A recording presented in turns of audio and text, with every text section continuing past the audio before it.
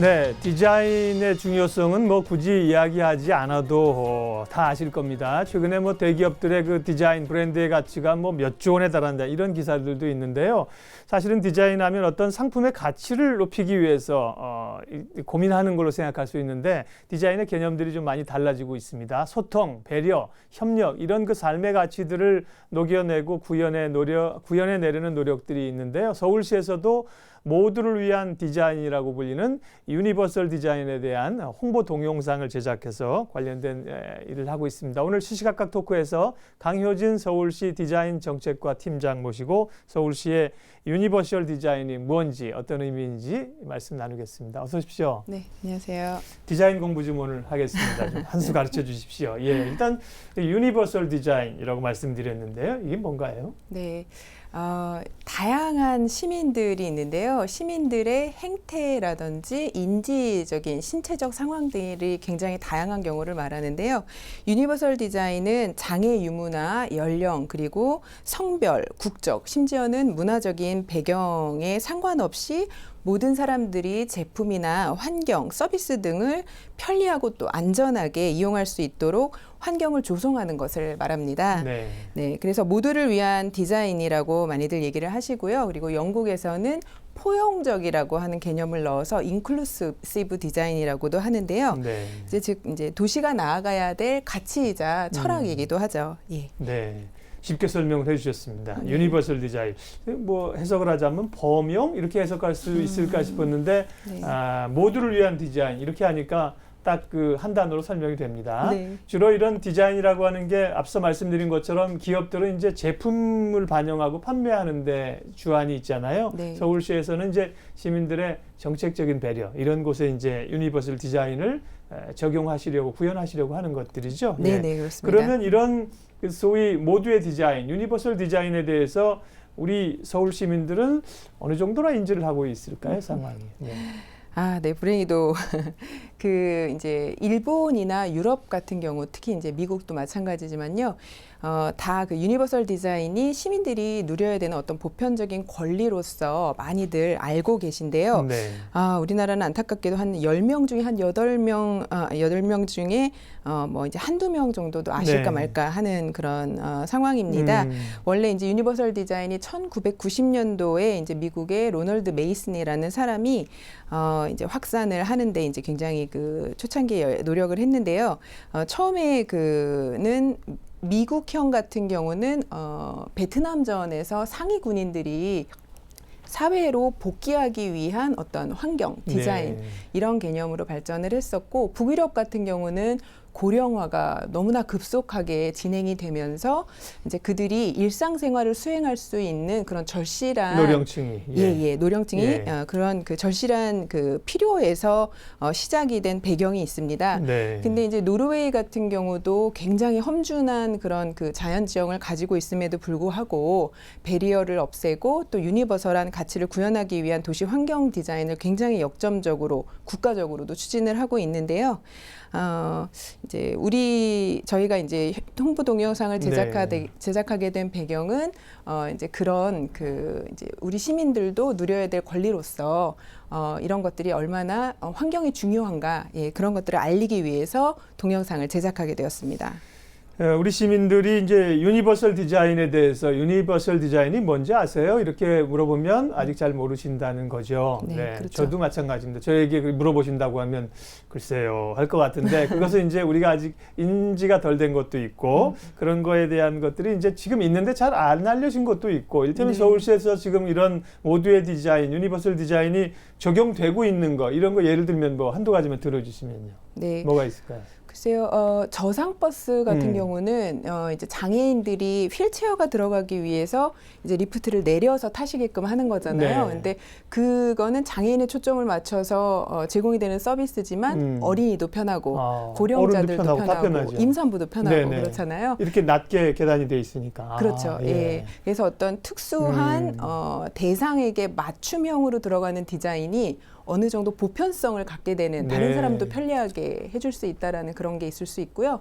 또 뭐 지하철 노선도 같은 경우에도 예. 이제 사실 색각이나 생맹 이런 색약 이런 그 저시력자들도 또 많이 있는데요. 그런 분들이 지하철 노선도를 읽을 때 조금 더 명확하고 정보를 잘 받아들일 수 네. 있도록 하는 그런 사례도 있습니다. 그러니까요. 예. 그런 거 말씀드리면 이게 유니버설 디자인, 모두를 위한 디자인이구나. 말이 되네. 이렇게 쉽게 이해가 되거든요. 네. 그런 노력들을 계속 지속적으로 하시겠다는 거고 시민들도 이제 그렇게 안 되고 있는 것도 그렇게 해줬으면 좋겠다. 이런 인식들이 생겨나겠죠. 그래서 이제 이런 그 가치와 필요성을 알리기 위해서 특별히 홍보 영상을 제작하셨다는 건데 어떤 내용들입니까? 영상 내용들은? 네. 네, 대략적인 내용들 몇 편을 만드신 거예요, 또? 저희가 네. 10편 네. 정도를 만들었습니다. 예. 이제 시설의 유형이 너무나 다양하고 대상자의 니즈가 또 굉장히 다르다 보니까 네. 굉장히 그 수차례에 걸친 모니터링과 인터뷰 그리고 또 시설에는 예를 들면 대상자가 있는가 하면 운영자도 있고 네. 또 돌봐주시는 사회복지사들도 있고 그렇잖아요. 그래서 이런 다양한 사람들의 진짜 리얼 보이스를 듣기 위해서 이제 현장에서 그런 내용들을 가지고 적용된 사례들을 영상에 담았습니다. 네. 기대가 됩니다. 말씀으로 혹은 책자로 하는 것보다 이렇게 영상이 이제 굉장히 효과적이잖아요. 네. 임팩이 있잖아요. 그러면 모두의 디자인, 유니버설 디자인의 중요성, 가치를 위해서 서울시에서 만든 이 홍보 동영상들을 좀 보면서 얘기를 하겠습니다. 10개 에피소드를 만드셨다는데 첫 번째는 꿈꾸는 천장이네요. 예, 이건 뭡니까? 네. 네. 이 꿈꾸는 천장 이 스토리 같은 경우는 네. 뇌병변 장애를 가진 우진이라는 아이가 있었어요. 그래서 네. 정말 하루 종일 이제 누워 있을 수밖에 없는 그리고 본인의 어떤 니즈를 어떤 뭐 하고 싶은 말이라든지 불편을 제대로 전달하지 못하는 그런 상황이잖아요. 네. 이 동수의 경우에 이제 그 의사 표현이 힘들고 이제 신체적으로 좀 어려운 상황이고 하기 때문에 이제 관찰을 해봤더니 한 하루 15시간 정도 이 아이가 누워서 하는 일은 천장을 바라보는 일이었어요. 그런데 이제 그 또래 친구들의 또 생활을 보면은 학습하고 놀고 하는 그런 시간이 한 10시간 정도 된다고 했을 때, 네. 이걸 맞먹는 시간이네. 네, 그걸 합친 시간보다 많은 시간인데요. 이제 동수한테는 이 천장이 그 뛰어놀고 싶은 그런 마음이기도 하고, 그리고 본인이 그림을 그려서 꿈을 꾸고 싶은 캔버스이기도 하고, 네. 그리고 이제 자기의 어떤 마음을 반추하는 또 그런 거울이기도 하고 여러 가지 의미가 담긴 그런 공간의 요소였습니다. 예. 그러니까 이제 같은 천장이라고 하더라도 이런 아이들이 있는 곳에는 천장 디자인이나 이런 것들을 아이들을 배려해서 할 수 있다는 거죠. 네, 그렇습니다. 네네.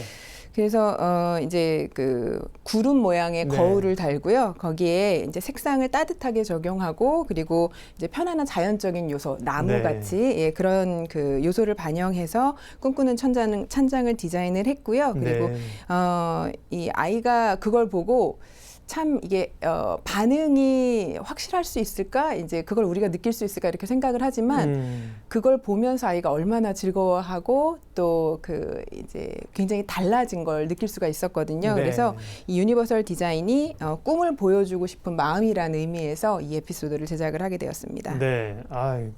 이런 장애를 가지고 있는데 웃는 얼굴이 그냥 천사 같습니다. 네. 예. 그러게요. 보통 우리보다 얼굴이 훨씬 더 정말 막습니다.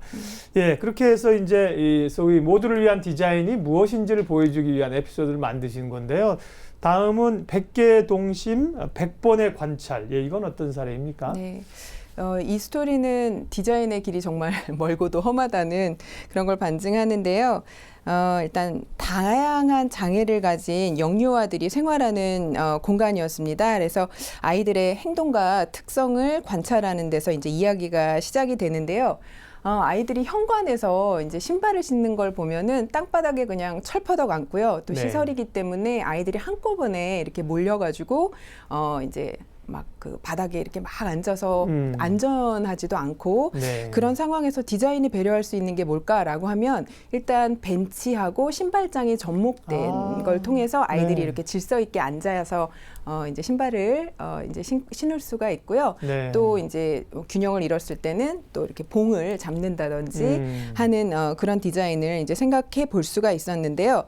그리고 또 이제 그 통풍이 잘 되는 아이들의 신발 통풍이 잘 되는 그런 반 정도를 이렇게 열어놓은 그런 디자인으로 했습니다. 색상도 예쁘게 했고요. 네. 이제 그런데 그 아이들 중에 보면은 강박 증상을 가진 아이가 있었어요. 근데 그 아이의 경우에는 이제 강박 증세라고 하는 게 본인이 어떤 생각에 굉장히 그 골몰하거나 불편했을 때는 계속해서 그걸 그 완화시키기 위한 그러니까 반복된 행동을 하는 거거든요. 네. 근데 이제 그 강박 장애를 가진 아이가 그 반쯤 열려 있는 신발장을 네. 계속해서 문을 닫지 못해서 안절부절을 못하는 그런 행동이 관찰이 됐는데요.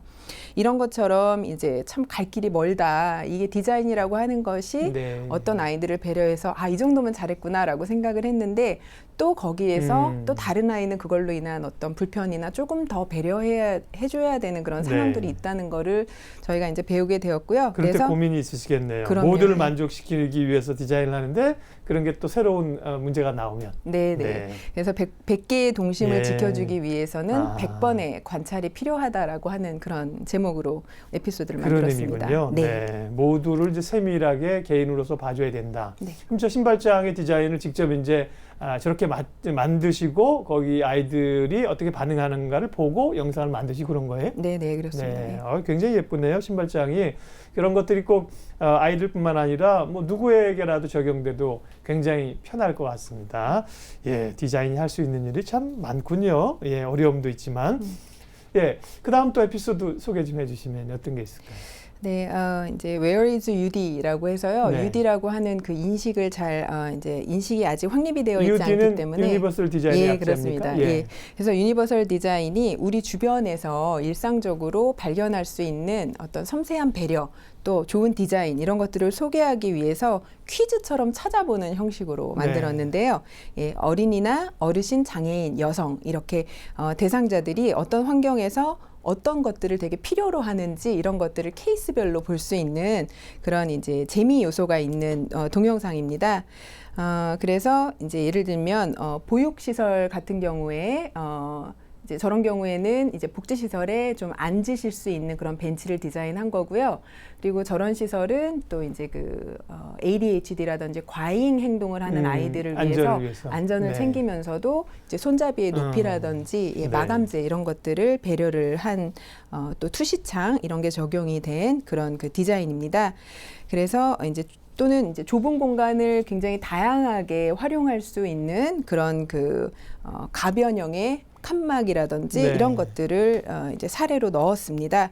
그래서 이제 여러분들이 이제 눈을 크게 뜨고 찾아보시면은 굉장히 작은 배려가 생활에 있어서는 그들에게 얼마나 이제 감동을 주기도 하고 필요한 것인가 이런 것들을 좀 유니버설 디자인의 가치를 느끼실 수 있도록 그렇게 제작을 하였습니다. 네, 너무 흥미로운 게 많아요. 그리고 이제 기대되는 것들은 이 유니버설 디자인이라는 게 저런 것들이 이제 시민들의 삶 속으로 모두가 공유할 수 있도록 앞으로 적용이 될 수 있다는 거잖아요. 네, 그런 가능성이 있다는 겁니다. 예. 그러게요. 다는 못 보겠고 또 이제 우리가 이제 공간 디자인 공간 이런 데서 이제 본인만의 공간이 아니라 최소한의 자존심을 가지고 남들을 배려해야 된다. 이런 주제의 또 동영상도 있네요. 네. 이제 우리 주변에서 생각해 본다라고 하면 이제 어르신들을 뭐 치매 증상이 있으시거나 이제 연세가 좀 있으신 어르신들이 시설에 자꾸 모셔지는 게 왜 그럴까를 생각을 해보면요. 자식들 입장에서는 저런 최선의 서비스라든지 식단 뭐 어떤 그런 것들을 이제 환경이 얼마나 이제 인테리어가 잘 돼 있느냐 이런 요소들을 아마 많이 고려를 하실 거예요. 그런데 이제 가정과 같은 분위기가 아니라 일단 시설에 가셨을 경우에 애로사항을 이제 그들의 눈높이에서 생각을 해보면 이제 뭔가를 할 권리와 또 하기 싫으면 하지 않을 권리 이런 것들이 내 집에선 지켜지지만 시설에서는 그런 것들이 좀 어려운 게 있잖아요. 그래서 이제 어떤 이제 제가 아는 분이 그 어르신을 모실 때 환경을 굉장히 그 고려를 하셨는데 하나를 되게 중요하게 보셨답니다. 네. 그러니까 화장실을 혼자 가실 수 있는 환경적 배려가 되어 있는지, 그 워커라고 하죠. 워커를 이렇게 끌고 화장실을 안전하게 혼자 가실 수 있는, 왜냐하면 우리는 뭐든지 서비스를 시혜적으로 해드리는 게 중요하다고 생각을 하지만, 뭐 예를 들면 내가 화장실 한 번을 가려고 해도 버튼을 눌러서 누군가의 도움을 받아서 가야 된다라고 하면 최소한의 자존심이 지켜지지 않는 환경이라고 할 수 있겠죠. 예. 그래서 그런 의미에서 이런 환경 안에서 그 나의 집처럼 선택할 수 있는 그런 그 권리에 대해서 얘기하고 있는 동영상입니다. 네, 모두를 위한 디자인을 서울 시민들의 각각의 삶에 적용시키기 위해서 이렇게 디자이너들이 고생을 하고 계세요.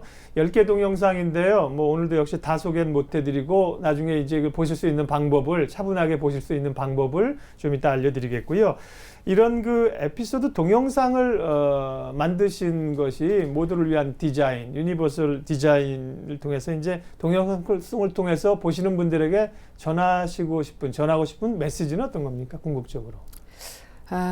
일단 이제 디자인이라고 하면은 뭐 예를 들면 사회복지 분야, 복지 분야랑, 그러니까 복지랑 디자인은 굉장히 상반된 개념으로 굉장히 서로 이렇게 친해질 수 없는, 이제 복지, 살 돈도 없는데 무슨 디자인이냐. 기존의 디자인을 뭔가 이렇게 추가 비용이라고 생각하시고 이거를 포장하고 꾸미는 거라고만 생각을 하시는 안타까운 그런 인식이 있는데요.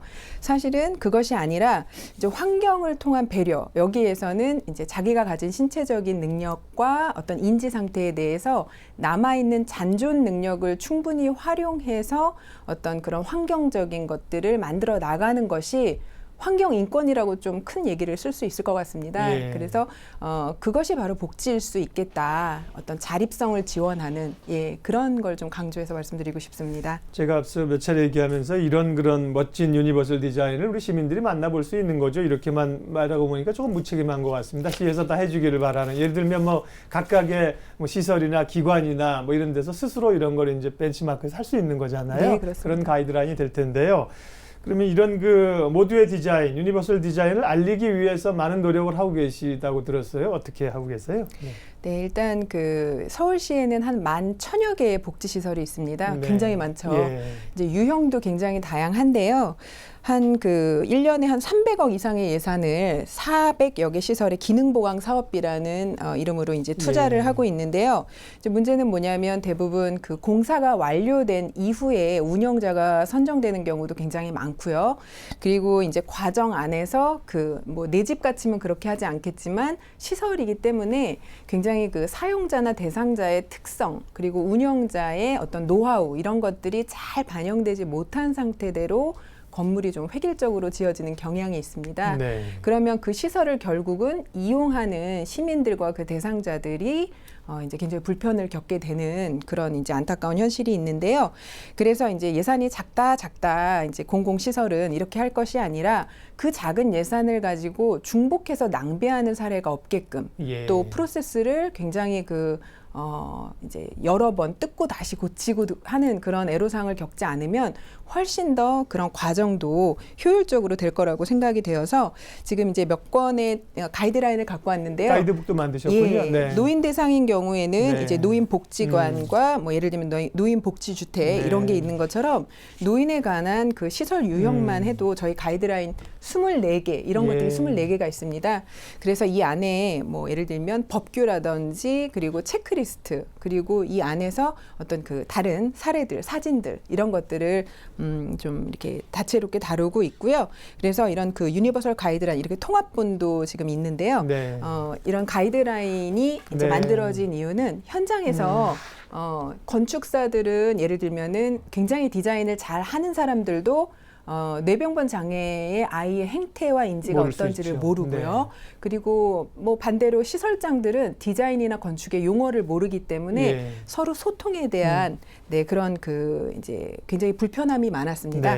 그런 거에 대한 어떤 이 툴이죠. 소통을 위한 툴입니다. 그 종류별로 가이드라인 북을 만들어 주셔서 실무자들의 큰 도움이 될 것 같습니다. 마무리를 좀 더 해야 될 시간이었어요. 이 에피소드 동영상은 어떻게 시청할 수 있는지, 또 유니버설 디자인을 통해서 시민들이 앞으로 어떻게 좀 유용하게 활용을 하실 수 있으면 좋을지 간략하게 좀 마무리해 주십시오. 네. 서울시 홈페이지에 일단 들어가서 보실 수 있고요. 네. 유튜브에도 서울시 유니버설 디자인이라는 이름으로 검색하시면 보실 수가 있습니다.